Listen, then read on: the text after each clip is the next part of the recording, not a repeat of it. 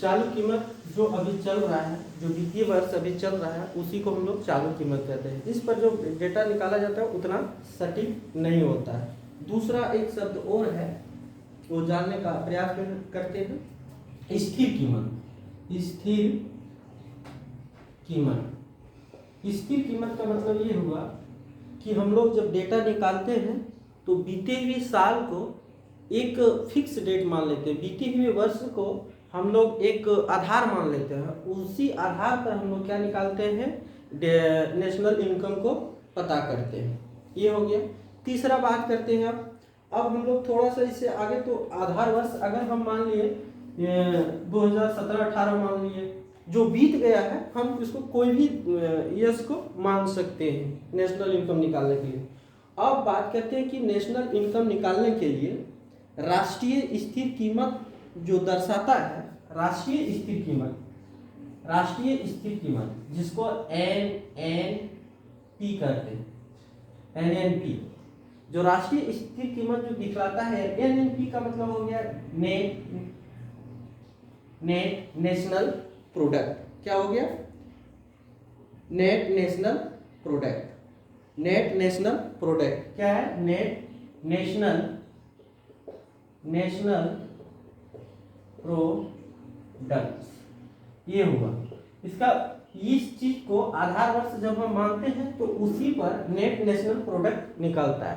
तो आप जो आधार वर्ष मानेंगे उसी पर ये नेट नेशनल प्रोडक्ट निकलता है। ये तीन प्रकार से फाइंड आउट किया जाता है। पहला जो है उत्पाद विधि,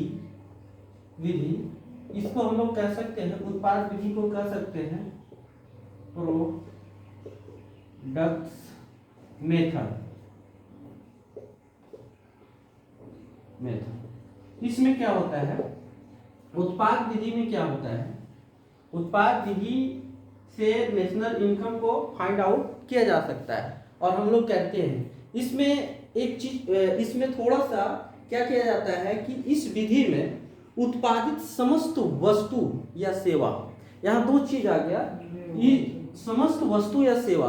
वस्तु मतलब हम लोग जानते हैं वस्तु जिसको गुड्स कहते हैं, ये वस्तु है। वस्तु जो होता है सो मूर्त होता है। मूर्त मतलब क्या होता है, उसको हम लोग टच कर सकते हैं। और सर्विस सेवा जो होता है, सेवा होता है या अमूर्त होता है। जैसे सर्विस जो है सो अमूर्त होता है। इसमें जैसे आप कोई भी गुड्स ले लो जिसको हम लोग फिलिंग कर सकते हैं तो वो आ गया। और इसमें सर्विस में क्या आ गया, जिससे इसको फिलिंग नहीं किया जा सकता है। फिलिंग नहीं किया जा सकता है कहने का अर्थ है, जैसे हम पढ़ा रहे हैं, आपको क्या दिए ये आपको पता नहीं चल रहा है। डॉक्टर के पास गए, डॉक्टर आपका ट्रीटमेंट किया, वो कुछ दिया नहीं, आप फीलिंग नहीं कर सकते, लेकिन वो सेवा दे रहा है। तो इसमें कह रहा है कि उत्पादन विधि में समस्त वस्तु और सेवा का जो मूल्य होता है उसे हम लोग क्या कहते हैं, उत्पादन विधि में शामिल करते हैं। पूरा उत्पादन विधि में क्या है, प्रोडक्ट्स मेथड में क्या है, वस्तु और सेवाओं का समस्त मूल्य,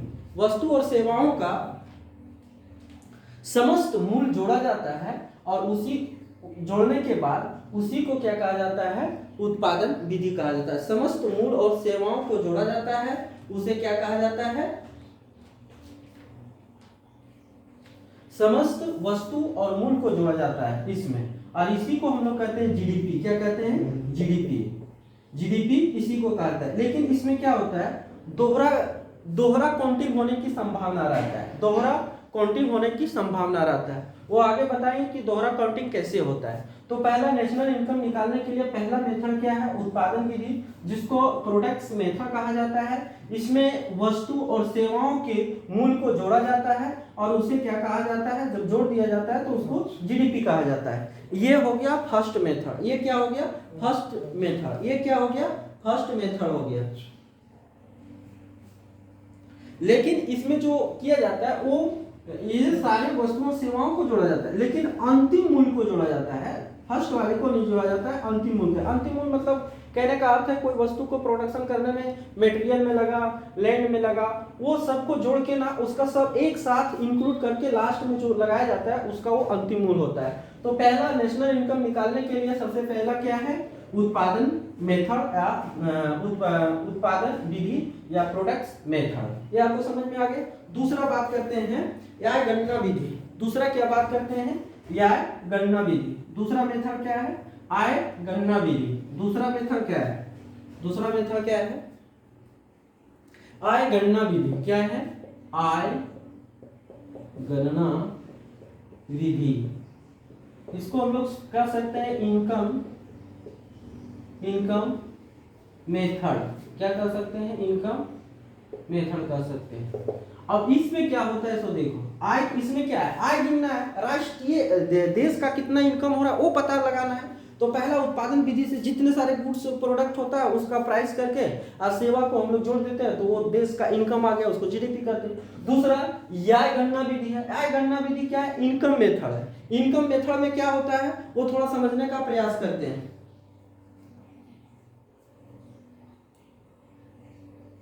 इसमें क्या है, इसमें समस्त ये आय गणना विधि में समस्त इनकम, जैसे कोई भी काम कर रहा है जिसमें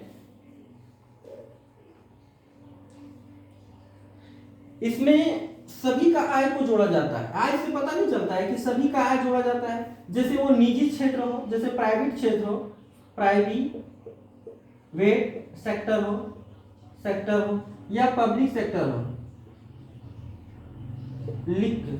सेक्टर हो, तो इसमें क्या किया जाता है, इससे जितने सारे इनकम आता है प्राइवेट सेक्टर और इनकम सेक्टर से जितने सारे हमको आय आता है, पैसा आता है, उसी को क्या कहा जाता है, आय गणना विधि कहा जाता है। क्या इसमें क्या है, आय गणना विधि क्या कहा जाता है, प्राइवेट सेक्टर से जितना इनकम आ रहा है, पब्लिक सेक्टर से जितना आ रहा है उसको ऐड कर दिया जाता है, तो वो क्या हो गया, आय गणना विधि मेथड कहा जा सकता है। क्या कहा जा सकता है,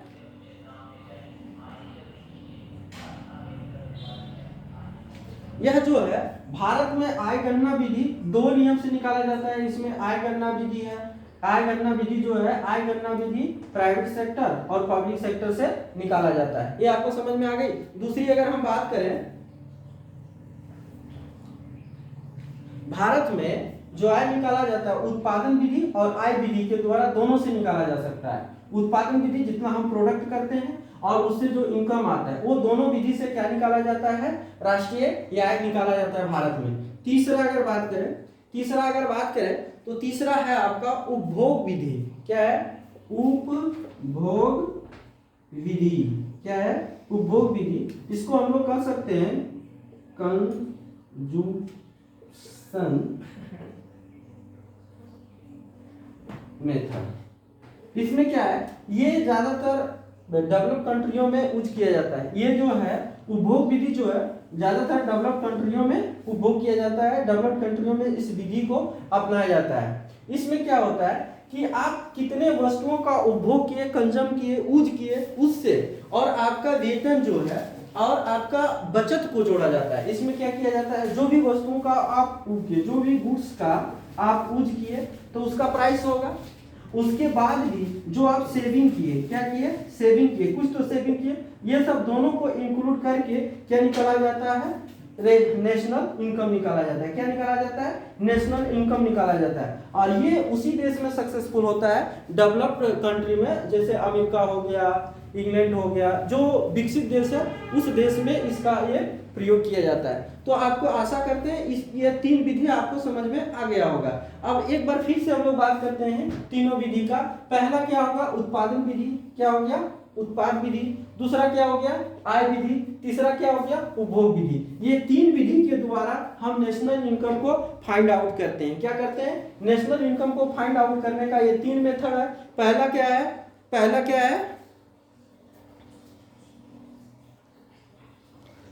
है इसमें, पहला जो है सो आय उत्पाद विधि है। दूसरा क्या है, आय विधि है। तीसरा क्या है, उपभोग विधि है। तीसरा क्या है, उपभोग विधि है। तो ये तीन विधि के द्वारा हम लोग क्या करते हैं, नेशनल इनकम को फाइंड आउट करते हैं और इसको आगे एक्सप्लेन करते हैं और इसको समझने का प्रयास करते हैं। इसमें एक शब्द और आता है आपको, सकल, जो अभी बताए थे जीडीपी। क्या बताए थे, ये जीडीपी। अब नया टॉपिक इसी के इंक्लूड में निकाला जाता है, जीडीपी। नेशनल इनकम में ही ये जानने को है, जीडीपी कैसे नेशनल इनकम कैसे निकाला जाता है। नेशनल इनकम 3 मेथड के द्वारा निकाला जाता है, ये पता चल गया। अब हम लोग बात करते हैं जीडीपी का। हम लोग क्या करते हैं, जीडीपी जैसे कहते हैं जीडीपी। जीडीपी का होता है ग्रॉस, क्या होता है, ग्रॉस। ग्रॉस ग्रॉस मतलब होगा यहाँ इकोनॉमिक्स में टोटल, क्या हो गया, टोटल डोमेस्टिक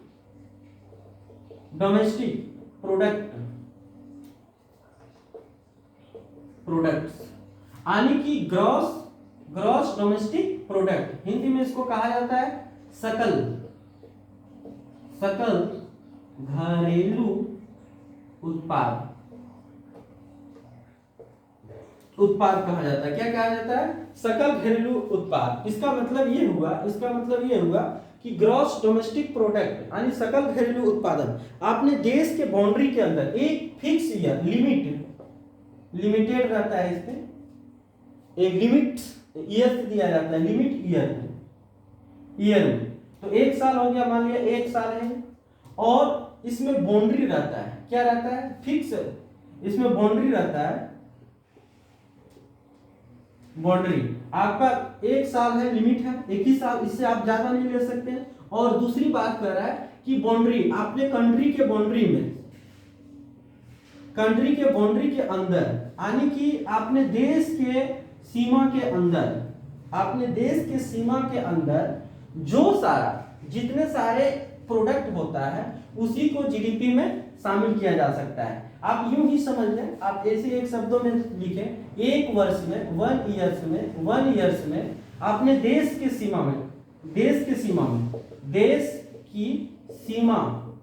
सीमा के अंदर जो सारा उत्पादन होता है, चाहे वो सर्विस सेक्टर हो या चाहे गुड्स सेक्टर हो, किसी में जितने सारे उत्पादन होता है उसी को हम लोग क्या कहते हैं, जीडीपी कहा जाता है। क्या कहा जाता है, जीडीपी कहा जाता है। आपने 1 साल के अंदर आपने सीमा के अंदर में जितने सारे उत्पादन होता है उसे हम क्या करते हैं, जीडीपी में शामिल करते हैं। क्या करते हैं, उसको जीडीपी में शामिल करते हैं। अब एक एग्जांपल, अब हमारा देश का कंपनी अगर कोई विदेश में काम कर रहा है, विदेश में उसका फैक्ट्री है, तो उसको जीडीपी में शामिल नहीं किया जा सकता है। लेकिन हाँ, कोई विदेशी कंपनी अगर हमारे देश में काम कर रही है, यहाँ फैक्ट्री खोली है, तो उसको जीडीपी में शामिल हम लोग कर सकते हैं। तो कहने का अर्थ ये हुआ कि जीडीपी ये ऐसे निकाला जाता है, आपने देश के सीमा के अंदर 1 वर्ष में जितने सारे प्राइवेट सेक्टर हो, गवर्नमेंट सेक्टर हो, मेरा अपना देश का कंपनी, कोई फॉरेन कंपनी हो, उसका सारा इनकम को इंक्लूड किया जाता है, उसी को क्या कहा जाता है, जीडीपी कहा जाता है। उसी को क्या कहा जाता है, जीडीपी कहा जाता है। एक एग्जांपल हम आपको लेके समझाने का प्रयास करते हैं। देखो इसमें क्या है, जैसे टाटा मेरा अपना देश का कंपनी है, टाटा अपना देश का कंपनी है कि नहीं, टाटा हमारा देश का कंपनी, वो टाटा जो है वो हमारा देश में 1000 रुपया का यहाँ गुड्स अपना बेच के अपना सेलिंग करके कमा रही है, 1000 रुपया ही कर रही है। अगर एक फॉरेन कंपनी ले लो, फॉरेन कंपनी अगर आप लेते हैं, एक फॉरेन कंपनी ले लो, सैमसंग ले लो, सैमसंग ले लो, ये क्या है, फॉरेन कंपनी है, ये यहाँ आके 300 रुपया कमा रही है। मान लो हमारा टाटा यहाँ 300 और फॉरेन वाला यहाँ ये कर रहा, और एक भारतीय जो मेन मतलब भारतीय, वो विदेश में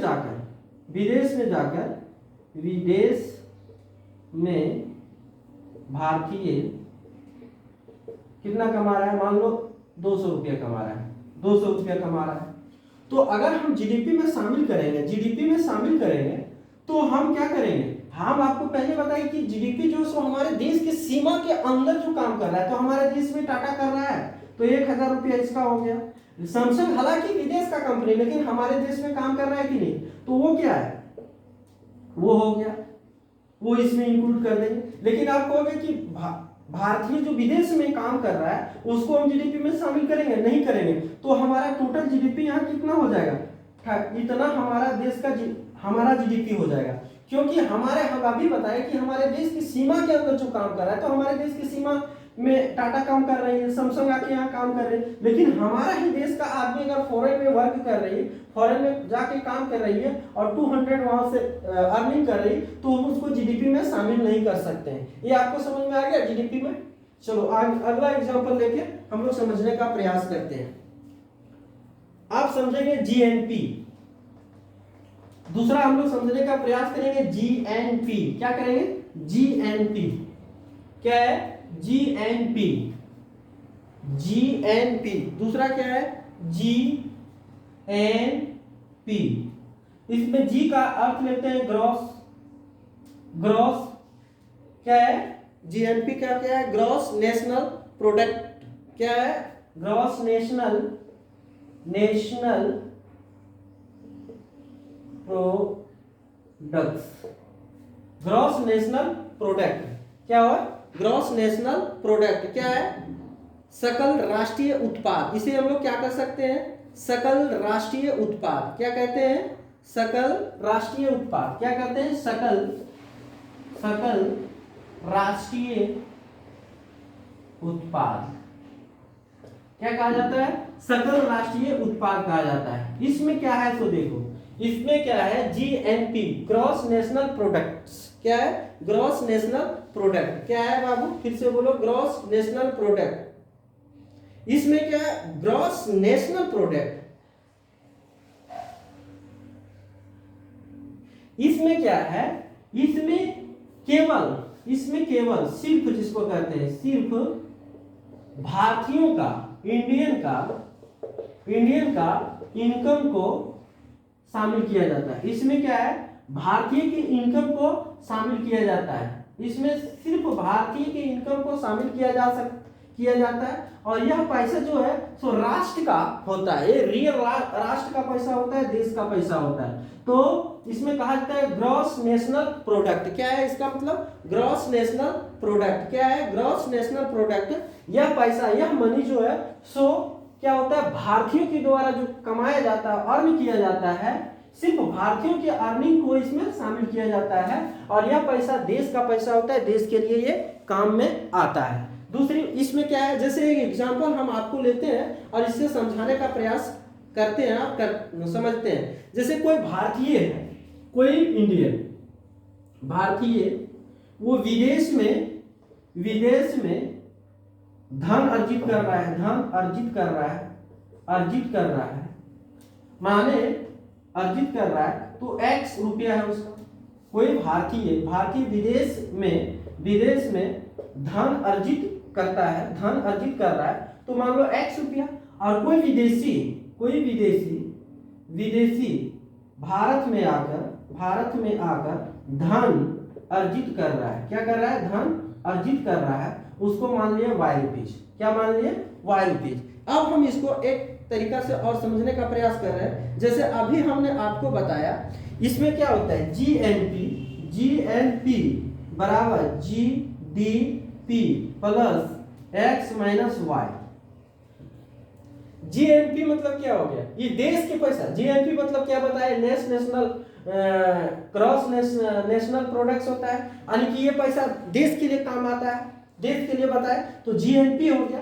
अब इसमें क्या है? जीडीपी में क्या है? कोई विदेशी हम विदेश में जाके कमा रहे हैं, तो विदेश वाला भी तो हमारे देश में आके अर्निंग कर रहा है, तो वो पैसा को सब्ट्रैक्ट कर देना है। इसमें क्या करना है? अभी हम आपको बताए थे, एक एग्जांपल देके बताए थे, टाटा हमारा देश में कितना कमा रहा है? टाटा 1000 रुपया कमा रहा है, 1000 रुपया कमा रहा है। और सैमसंग का बात किए थे, वो यहाँ पर कितना कमा रहा था? 400 कमा रहा था, नहीं 300 कमा रहा था, 300 कमा रहा था।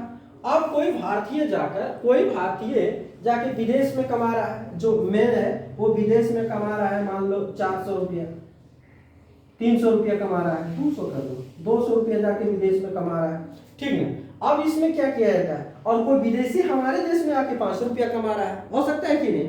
तो कोई विदेशी आके हमारे यहाँ अर्निंग कर रहा है, तो करता होगा। तो एक बात हम समझते हैं, ये दूसरे देश का है। अब यहाँ देखते हैं, अब हम इसमें निकालते हैं, टाटा कितना कमा रहा है? 1000 रुपया है। जीडीपी हमारा क्या हो जाएगा? जीडीपी अभी टोटल यहाँ निकाले थे हम, इसको जीडीपी को जोड़ेंगे तो कितना हो गया? 1100 रुपया हुआ, 1100 रुपया इसमें हो गया। अब इसमें क्या है? ये 1000 है, 1000 है। अब इसमें कि भारतीय हमारा विदेश से कितना कमा रहा है? 200 रुपया कमा रहा है, लेकिन ये विदेशी कंपनी भारत से पैसा कमा रहा है, तो वो पैसा इसमें क्या हो जाएगा? सब्ट्रैक्ट हो जाएगा, और सब्ट्रैक्ट होके क्या हो जाएगा, इसमें 1000 रुपीज है, 1000 पे 200 300 में 200 चला जाएगा, 100 बचेगा माइनस, और 100 इसमें और घट जाएगा, तो टोटल हमारा इनकम क्या हो जाएगा 900। तो ये क्या हो गया हमारा जीएनपी। और मैंने बताया कि जीएनपी जो है सो देश का ही रियल पैसा होता है, वो राष्ट्र के काम में आता है। तो ये आपको समझ गए होंगे कि इसमें क्या है, टाटा कंपनी है अपना है, कोई विदेश वाला यहाँ काम कर रहा है और एक भारतीय जाके विदेश में काम कर रहा है। तो जीएनपी निकालने के लिए जीएनपी बराबर GDP plus N X minus Y. X मैंने क्या लिया है, जो भारतीय विदेश में धन अर्जन कर रहा है, और वाई क्या लिया, जो विदेशी भारत में धन अर्जित कर रहा है। तो इसमें करना क्या है, जीडीपी है, तो जीडीपी हमारा कितना है, जैसे जीडीपी भारत का पैसा हमारा टाटा कंपनी अपना है, तो ये 1000 रुपीज है, यहाँ प्लस कर दीजिए, 1000 रुपीज है। लेकिन ये सैमसंग कंपनी यहाँ कितना अर्जित कर रहा है, 300 अर्जित कर रहा है, लेकिन कोई विदेशी जाके, कोई भारतीय विदेश में जाके इतना कर रहा है, इसको सब्ट्रैक्ट कर दिए और जो है सब्ट्रैक्ट कर दिए, तो हमारे देश का जीएनपी टोटल कितना निकल गया, जीएनपी हमारा निकल गया 900। एक और इसमें टॉपिक बचा हुआ है, उसको जल्दी सॉर्ट आउट कर देते हैं, ठीक ना, इसको थोड़ा सा समझ लो और कोई बात नहीं। तो देखो आज हम इतने रखते हैं, लंबा वीडियो चला जाएगा, इसलिए शॉर्ट इतने रखते हैं, फिर अगला दिन फिर और मैं बताता हूँ।